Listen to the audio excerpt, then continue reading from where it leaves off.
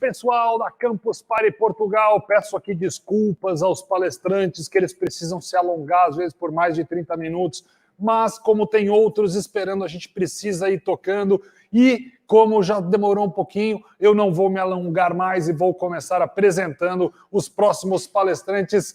Com muita alegria, apresento para vocês Maite Lourenço, fundadora do Black Rocks Startups. Eu já entrevistei ela uma vez no Brasil e trago ela a Portugal mais uma vez com muita alegria. Nossa embaixadora Cecília Roque, uma professora e investigadora, dizem que é da mais alta nata de investigação de Portugal. Heraldo Ourém, diretor de inovação e competitividade empresarial do Porto Digital. Muito bem-vindo, Heraldo Ourém.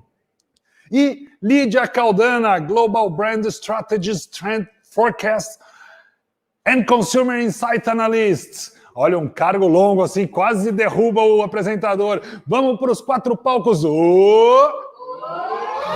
Hi, everyone. I'll just leave like a few seconds until everyone is here, logged in. But it's a pleasure to be here. First of all, thank you very much, Campus Party. Thank you, everyone that is helping organize this. I'm super happy to be here. In this session, I'm going to talk about the future of entertainment and media. And I'm going to go through a few things. First, I'm going to introduce myself, and then I'm going to go over some context and what we're seeing regarding COVID. Let me just adjust this for a second. And then I'm going to talk a little bit about inspiration and some things that we are seeing emerge in terms of entertainment and content creation. And then I'm going to give some guidelines about how to go on after COVID goes on. So just a little bit about me. So I'm Lydia Caldana. I'm a global foresight strategist and trend forecaster. I also work as a consumer insight specialist. So basically what this means is I just research people and behavior and also technology just to have an idea of what's going on right now, but also of where we're going as society. And then I help brands navigate change. This is what I do. I also am attending the New School in New York City. So I'm based in New York, even though I am from Brazil. So, oi, todo mundo, obrigada por estar aqui. I'm doing my master's degree at the New School, and I work with a bunch of clients from UN Habitat to the Future Laboratory to Box 1824 in Brazil, Refinery 29 in London, Protein, and a series of other companies with clients like Nike, Spotify, Google, and loads of others. These are my contact information and my social media handles. So if you want to shoot me an email afterwards, I'm just happy to talk to everyone about anything regarding this presentation, but also anything else you want to talk about. So diving in a little bit into the future of media. So what are we seeing right now? So we're seeing that restrictions that we are having after the COVID or during the COVID, they reveal the importance of the physical presence. So when we look at the music industry, for example, we see that in the UK, an estimated of 80% of venues are at risk of permanent closure. And also that 900 million pounds out of the 1.1 billion annual revenue is estimated to have been lost because of COVID. Also, UK Music estimates that it'll be 4 or 5 years until live music industry returns to pre-COVID levels. So we're seeing massive change across all industries. And there are some drivers behind what is changing regarding people's preferences of consuming entertainment during COVID. So we have more time, we also have more distance, we also have more content consumption, and also more anxiety. So it is interesting because this move to a digital-only life is also pushing us towards getting more accustomed with things that we weren't before. So, for example, 1.3 million people tuning into a single NASCAR virtual racing event in lockdown. So that's a lot of people. Probably if we weren't in lockdown, we wouldn't have that many people going to this virtual event. So this is really shifting how we are behaving and consuming content from physical to digital.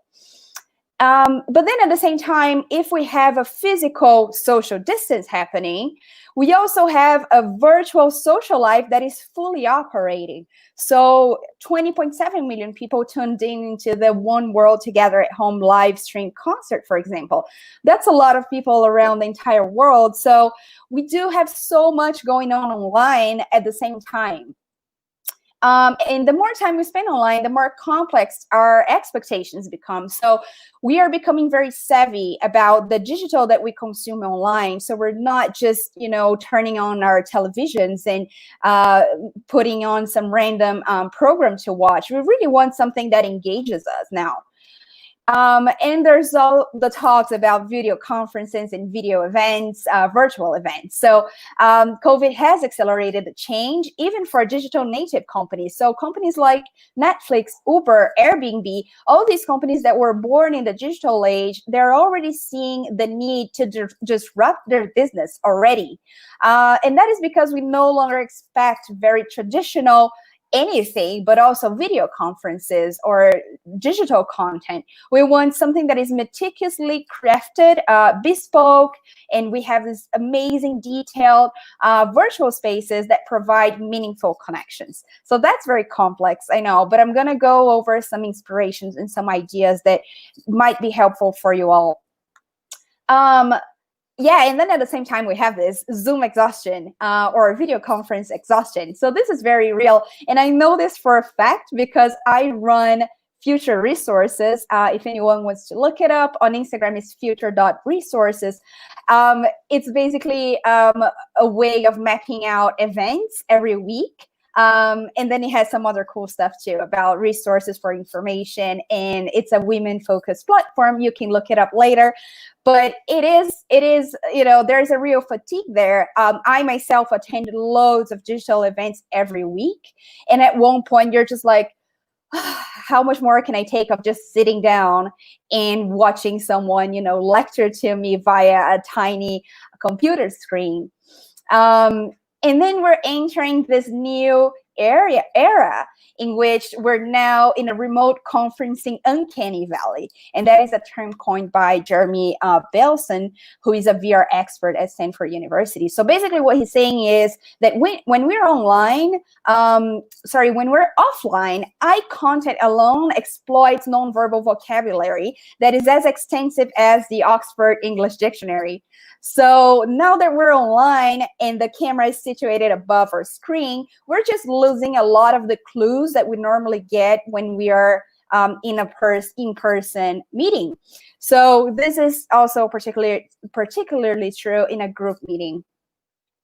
So obviously we're facing a lot of challenges with, so much has changed, so many restrictions, but this is also time for a lot of opportunities. So I'm going to go over some ideas here, and feel free to message me later and I can go in depth a little bit more about this.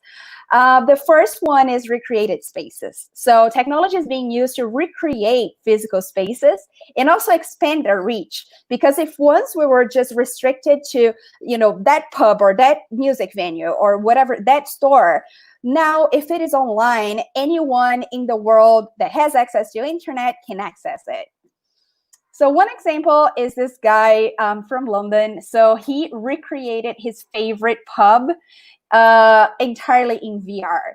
And what he's saying is the space where the experience takes place is a crucial part of the experience itself. So that's what drove him to recreate his pub with every single detail. Another thing that happened during COVID is Club Matryoshka, which is an exclusive virtual club, which is inside Minecraft. And it hosted a 24-hour virtual music festival during April. So this was very cool. People became avatars. They could interact with each other, with the DJ. It was just very fun. Another thing is Nintendo. So they introduced several seasonal events in their game Animal Crossing's New Horizons. One of them was to celebrate the International Museum Day. So people could literally go into their favorite museums around the world and see the things that they normally would in museums.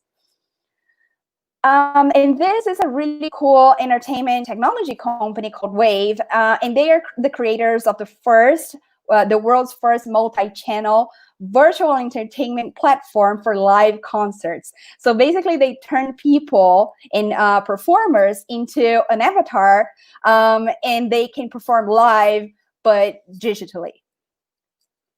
The second point here is virtual access only. So beyond just replicating the physical into the digital, we're seeing space that are created exclusively online, and they only exist in the digital universe. And because one thing that we have to keep in mind is the things that we experience in the digital universe, they are just as important or as real as the one that we experience in the physical universe. So one example is it's Ada, which is this Chinese mobile app. So it allows users to purchase clothing and other designer items to dress their avatars. And it's only a few dollars each, so it's not like you're spending as much money as you would, but it's still connecting you to that designer, and you still get to interact with people and friends in the digital sphere. The second is Travis Scott. I'm sure everyone's heard of it because it was huge. So he put on the first massive virtual concert within Fortnite. And he debuted his new music to 28 million players online. So that was very, very, very big. And Epic Games, which owns Fortnite, they're already launching loads of things afterwards just because of the massive success it was. So Gucci, they teamed up with Wildlife on a tennis clash. So they're entering the esports area, and they're just following their introduction with the Gucci Arcade that happened before.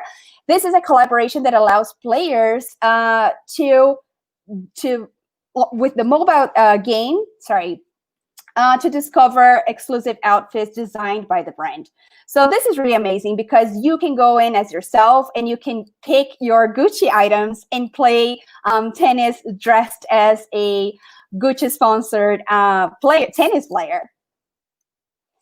And then in June, the British Museum, Laura Marling, she performed 2 ticketed live stream concerts from inside London's Union Chapel, but the chapel was entirely empty. But the 2 live streams, they were geo-blocked, and one was for the US and the other one was for the UK. And it was they both sold out. It was amazing. And this is opening up a whole new way of doing live concerts and going to your audience, even if they cannot come to you physically. And then we have Wireless Festival, which is a massive festival, and they partnered with Melody VR to introduce a virtual festival for the same weekend that they would in July. So basically, they're just using and abusing this new technology that we have, which is VR, to transform it into something that still can be very immersive and very cool. It is also live streamed on major platforms like Facebook, Instagram, Twitter. But with VR, you really can go the extra mile and feel like you are inside a festival as you would. And then the other one is intimacy generation. So now new layers, they are being introduced to our home life. And we are merging comfort with intimacy and interaction. So artists and friends, they were never as reachable as they are right now. And I'll tell you what I mean by this. So Tim Burgess, sorry, I don't know if I'm pronouncing it, from a UK band called the Charlatans, he has been organizing album listening parties via Twitter using his hashtag Tim's Twitter listening parties. So this is a really fun way that the artist found to get his fans together to listen to the same songs and same albums together at the same time, just sharing a really cool online experience and creating a sense of community that everyone can engage together in real time. The other example is the American band, Real Estate. They announced an AR tour experience, which is a really fun one. So basically through the app, people can visualize the tour wherever they want. So be it, inside their fridge or on the table or whatever you want, you can see it, even though it's not being projected. You just see it on your phone. You can see the band playing for you inside your home. So this is really creating a next level of intimacy that you get with your idol. And then we have US musician Hannah. She live streamed, and this was before COVID, so she was already ahead of her time. She live streamed the entire process of producing her latest album.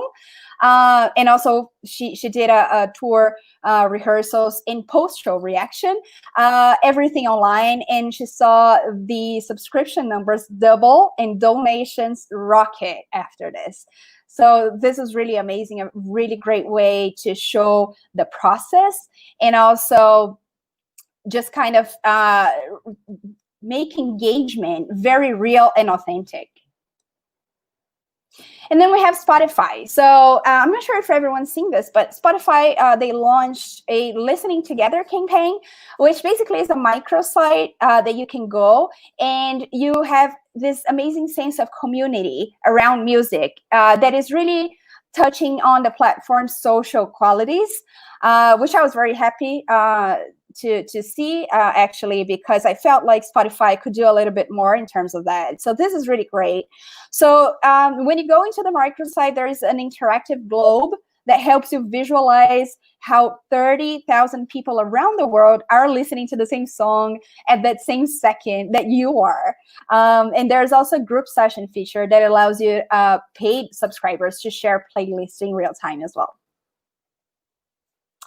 And then the last topic here is adapted spaces. So known spaces, they are being repurposed to attend demands of the new restrictions.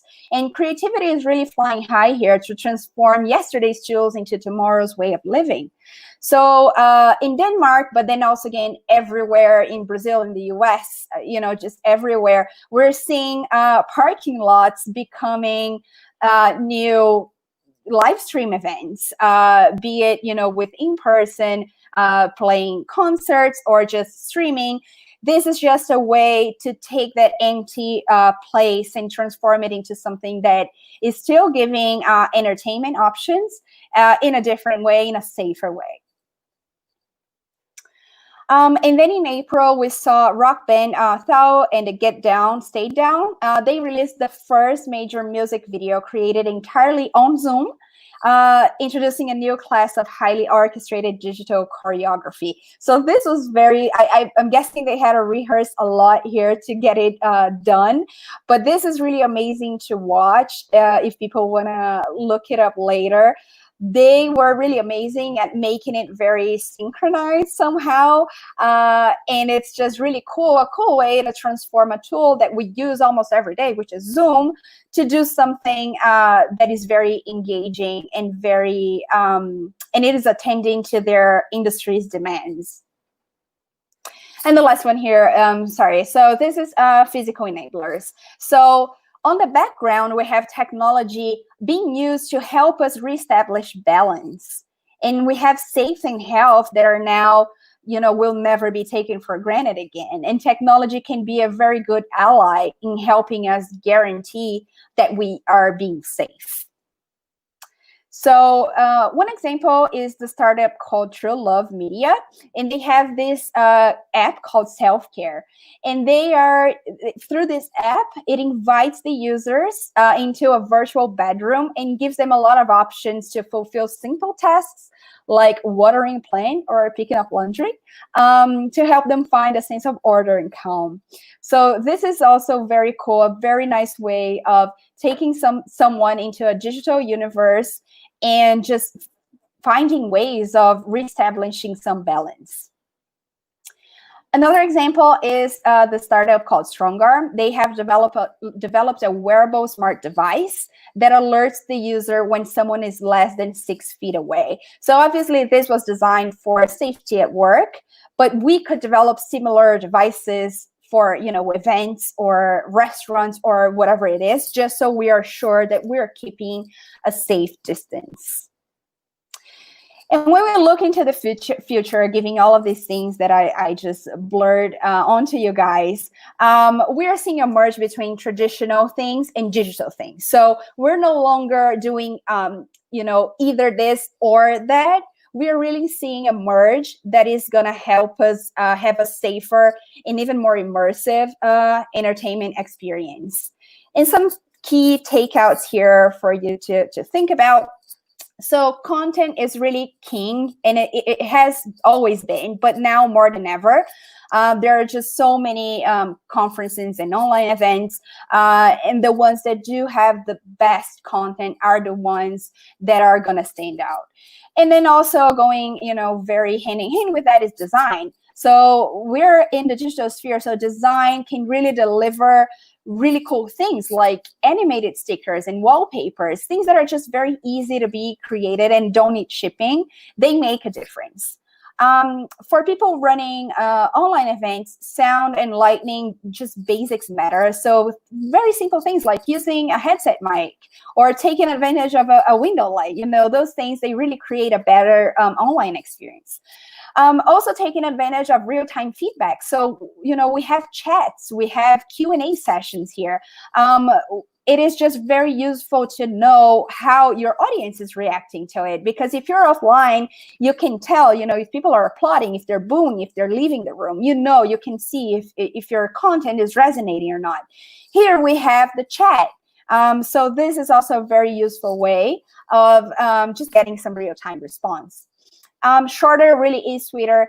And I know I'm a little bit behind on my time, so I really haven't done a great job here, but you know, it's just really difficult to get people to stay sitting down on a desk and looking at a computer to take in all of your content for so many hours. So really just try to be as concise as possible.